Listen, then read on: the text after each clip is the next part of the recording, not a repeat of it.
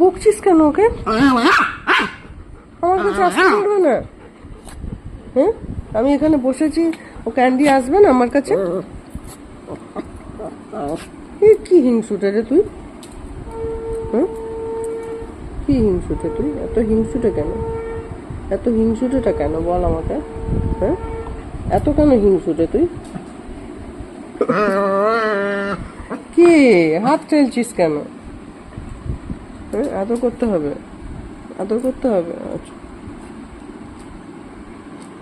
হয়েছে।